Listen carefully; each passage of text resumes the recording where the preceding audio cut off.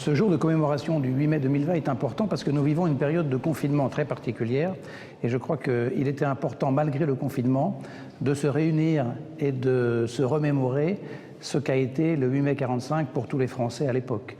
Et c'était un moment à la fois de libération, puisque la France avait vécu pendant 6 ans sous l'occupation, et ça rappelle à chacun le prix de la liberté, mais aussi le prix de la démocratie, puisque le 8 mai 45, c'est la victoire des démocraties sur les dictatures, et notamment la barbarie nazie. Il est fondamental que les jeunes générations participent à ce devoir de mémoire, parce que beaucoup des jeunes générations n'ont pas connu la guerre, évidemment, et il est important que les plus anciens, ceux qui sont encore là, puissent transmettre cette mémoire aux plus jeunes. Et c'est pour ça que chaque année, on fait participer le conseil municipal des enfants à cette cérémonie.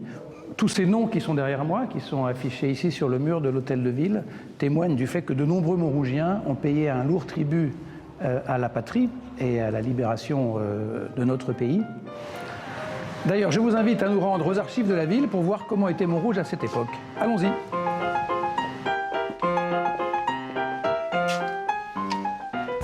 Voilà. Alors en 1945, c'était une ville de banlieue beaucoup moins dense qu'aujourd'hui et qui a participé à la résistance. Il y avait d'abord tout un travail de résistance passive pour permettre à la population de se protéger. Par exemple, on voit là des affiches qui ont été imprimées par la ville de Montrouge pour donner des prescriptions aux habitants en matière de, par exemple, d'éclairage des véhicules, d'attitude en cas d'alerte. Ça, c'est le plan des caves qui ont été construites sous les habitations à bon marché, les HBM de la ville à l'époque. Alors on voit le plan ici de ces caves qui étaient donc ouvertes aux Montrougiens qui pouvaient s'y réfugier pendant les bombardements de la Deuxième Guerre mondiale. À Montrouge, il y avait un certain nombre de lieux dans lesquels les barricades ont été érigées. Il y avait des forts mouvements de résistance et on le voit par exemple sur cette photo. Ici, c'est avenue Verdier à Montrouge, une barricade qui a été érigée. Une autre barricade célèbre à travers cette photo qui est prise devant le café Frilou, avenue de la République. L'archiviste nous dit que au café Frilou, il y avait une résistance, en tout cas une volonté de ne pas servir du café ou des bons repas aux Allemands. C'était une forme de résistance de ces commerçants montrougiens de l'époque. Et cet esprit a continué, je crois, jusqu'à aujourd'hui, puisque c'est un lieu important de rassemblement des Montrougiens. Il y a à Montrouge, depuis le 19e siècle, une tradition et une activité d'imprimerie très très forte.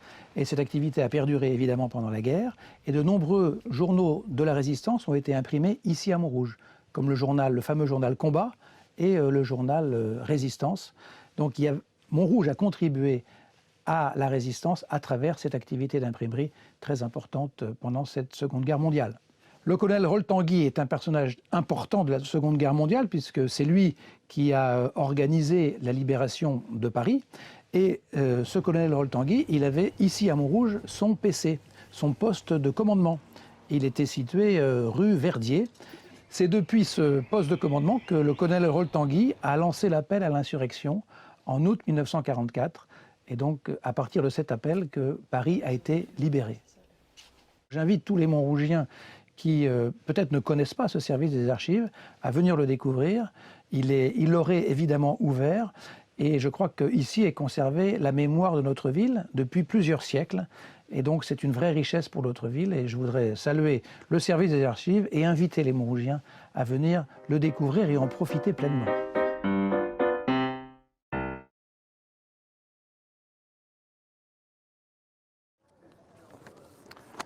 Madame la députée, Madame la conseillère régionale, Monsieur le conseiller départemental, Mesdames et Messieurs, nous sommes réunis ce vendredi 8 mai 2020 devant le monument aux morts de notre ville, ici à Montrouge, pour célébrer le 75e anniversaire de la fin de la Seconde Guerre mondiale.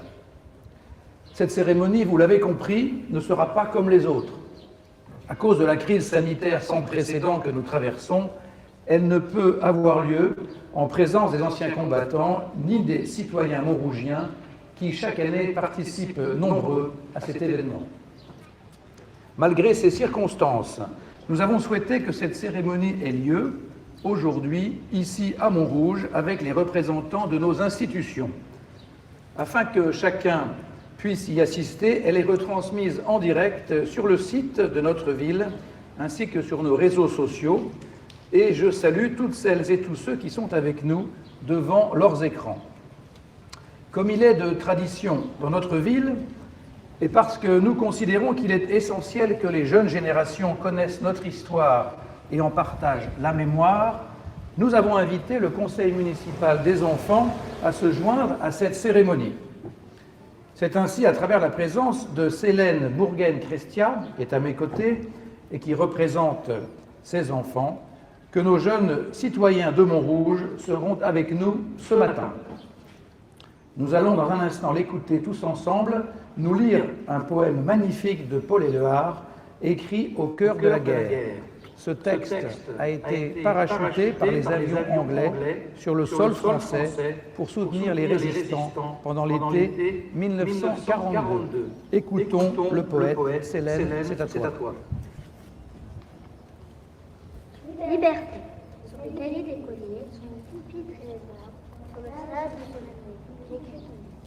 Sur toutes les pages du livre, sur toutes les pages blanches, derrière sans papier au sang, j'écris ton nom. Sur les pages dorées, sur les sables de galerie, sur la couronne du bois, j'écris ton nom. Sur la jungle et le désert, sur les lignes, sur les lignes, sur les peaux de mon enfance, j'écris ton nom. Sur les merveilles du lit, sur le pain blanc des journées, sur les saisons fiancées, j'écris ton nom. Sur tous les chiffres bleus, sur l'étang soleil vaseux, sur le lac lune vivante, j'écris ton nom. Sur les champs sur l'horizon, sur les ailes des oiseaux, et sur le moulin des eaux, j'écris ton nom. Sur chaque bouffée d'aurore, sur la mer, sur les bateaux, sur la montagne des mantes, j'écris ton nom. Sur la mousse des nuages, sur les sueurs de l'orage, sur la pluie épaisse et fade, j'écris ton nom. Sur les formes scintillantes, sur les cloches des couleurs, sur la vérité physique, j'écris ton nom. Sur les sentiers éveillés, sur les routes déployées, sur les plages qui débordent, j'écris ton nom. Sur la lampe qui s'allume, sur la lampe qui s'éteint, sur mes maisons réunies, j'écris ton nom. Sur le fruit coupé en deux, du miroir et de ma chambre, sur mon lit quotidien, j'écris ton nom. Sur mon chien gourmand et tendre, sur ses oreilles dressées, sur sa patte maladroite, j'écris ton nom. Sur le tremplin de ma porte, sur les objets familiers, sur le flot du feu des îles, j'écris ton nom. Sur toute chair accordée, sur le front de mes amis, sur chaque main qui se tend, j'écris ton nom. Sur la vitre des sourcils, sur les lèvres attentives, bien au-dessus du silence, j'écris ton nom. Sur mes refuges détruits, sur mes phares écroulés, sur les murs de mon ennui, j'écris ton nom. Sur l'absence sans désir, sur la solitude nue, sur les marches de la mort, j'écris ton nom. Sur la santé revenue, sur le risque disparu, sur l'espoir se souvenir, j'écris ton nom. Et par le pouvoir d'un mot, je recommence ma vie. Je suis né pour te connaître, pour te nommer. Liberté.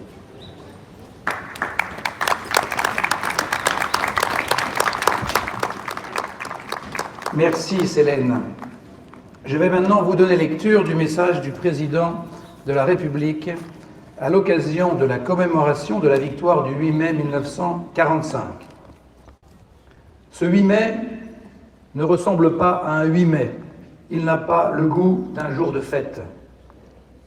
Aujourd'hui, nous ne pouvons pas nous rassembler en nombre devant les monuments de nos villes, sur les places de nos villages, pour nous souvenir ensemble de notre histoire. Malgré tout, la nation se retrouve par la pensée et les mille liens que notre mémoire commune tisse entre chacun de nous, cette étoffe des peuples que nous agitons en ce jour dans un hommage silencieux. C'est dans l'intimité de nos foyers, en pavoisant nos balcons et nos fenêtres, que nous convoquons cette année le souvenir glorieux de ceux qui ont risqué leur vie pour vaincre le fléau du nazisme et reconquérir notre liberté. C'était il y a 75 ans. Notre continent refermait grâce à eux le chapitre le plus sombre de son histoire, 5 ans d'années d'horreur, de douleur, de terreur. Pour notre pays, ce combat avait commencé dès septembre 1939. Au printemps 1940, il y a 80 ans, la vague ennemie avait déferlé sur les frontières du Nord-Est et la digue de notre armée n'avait pas tenu. Nos soldats, pourtant, s'étaient illustrés à de nombreuses reprises. Ceux de Montcornet, d'Abbeville, de Gimblou, de Stone, les hommes de Narvik, les cadets de Saumur, l'armée des Alpes, avaient défendu avec vigueur notre territoire et les couleurs de notre pays. Ils sont ceux de 40. Leur courage ne doit pas être oublié. Dans le crépuscule de cette étrange défaite, ils allumèrent des flambeaux. Leur éclat était un acte de foi et au cœur de l'effondrement, ils laissaient poindre la promesse du 8 mai 1945. Cette aube nouvelle fut ensuite conquise de haute lutte par le combat des armées françaises et des armées alliées, par les Français libres qui jamais ne renoncèrent à se battre, par le dévouement et le sacrifice des résistants de l'intérieur, par chaque Française, chaque Français qui refusa l'abaissement de notre nation et le dévoiement de nos idéaux. La grande alliance de ces courages permit au général de Gaulle d'asseoir la France à la table des vainqueurs. La dignité maintenue, l'adversité surmontée, la liberté reconquise, le bonheur retrouvé. Nous les devons à tous ces combattants, à tous ces résistants. À ces héros, la nation exprime son indéfectible gratitude et sa reconnaissance éternelle. Le 8 mai 1945, c'est une joie bouleversée qui s'empara des peuples. Les drapeaux ornaient les fenêtres, mais tant d'hommes étaient morts, tant de vies étaient brisées, tant de villes étaient ruinées. À la liesse succéda la tristesse et la désolation. Avec le retour des déportés, les peuples découvrirent bientôt la barbarie nazie dans toute son horreur. Rien, plus jamais, ne fut comme avant. La fragilité révélée de nos vies et de nos civilisations nous les rendit plus précieuses encore. Au bout de cette longue nuit qu'avait traversée le monde, il fallait que l'humanité relevât la tête. Elle venait de découvrir, horrifiée, qu'elle pouvait s'anéantir elle-même, et il lui fallait désormais refaire le monde de fond en comble, ou à tout le moins empêcher que le monde ne se défasse, selon le mot de Camus. Ce fut en France l'heure de l'Union nationale pour fonder les beaux jours annoncés par le Conseil national de la résistance et bientôt retrouvés. Ce fut l'heure en Europe de l'effort commun pour bâtir un continent pacifié et fraternel, l'heure dans le monde de construire les Nations unies et le multilatéralisme. Aujourd'hui, nous commémorons la victoire de ce 8 mai 1945, bien sûr, mais aussi, mais surtout, la paix qui l'a suivie. C'est elle, cette paix, la plus grande victoire du 8 mai, notre plus beau triomphe, notre combat à tous, 75 ans plus tard. Vive la République et vive la France!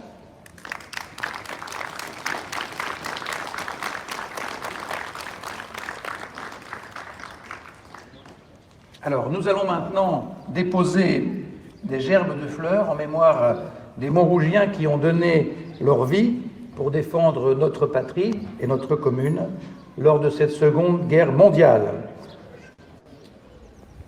Pour l'Assemblée nationale, Madame la députée.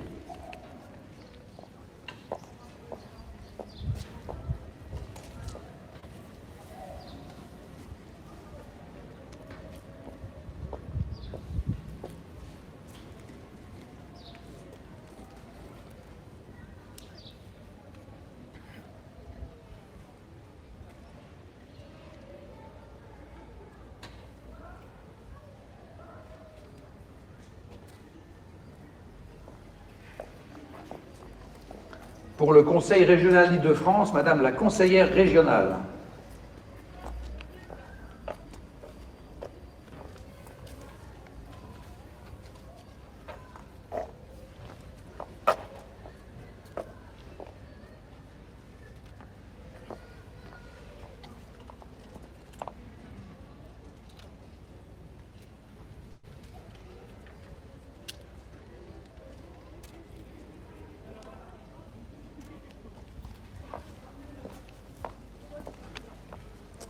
Pour le conseil départemental des Hauts-de-Seine, monsieur le conseiller départemental.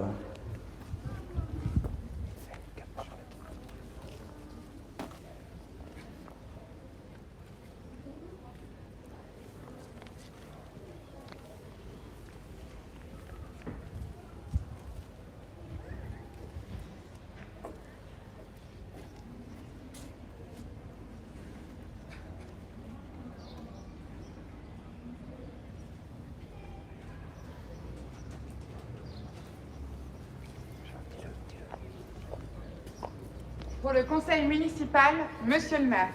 Tiens-moi ça.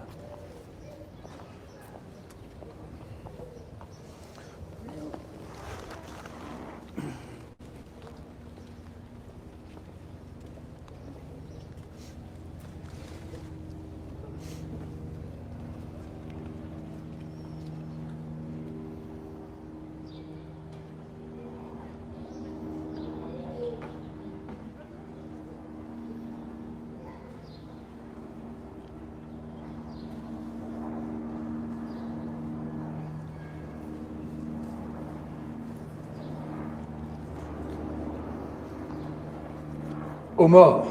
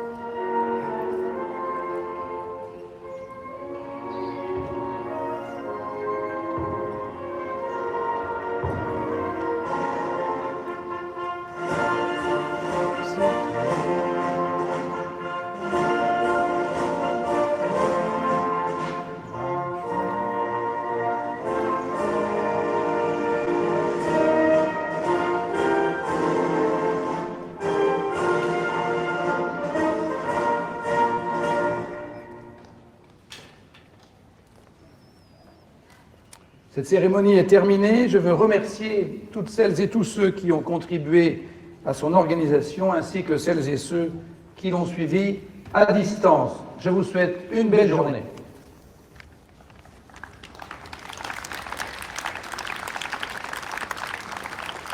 Voilà, merci Lauriane. Merci Charlotte. Merci Célène, bravo, hein. Félicitations. C'est bien? T'as pas eu trop peur?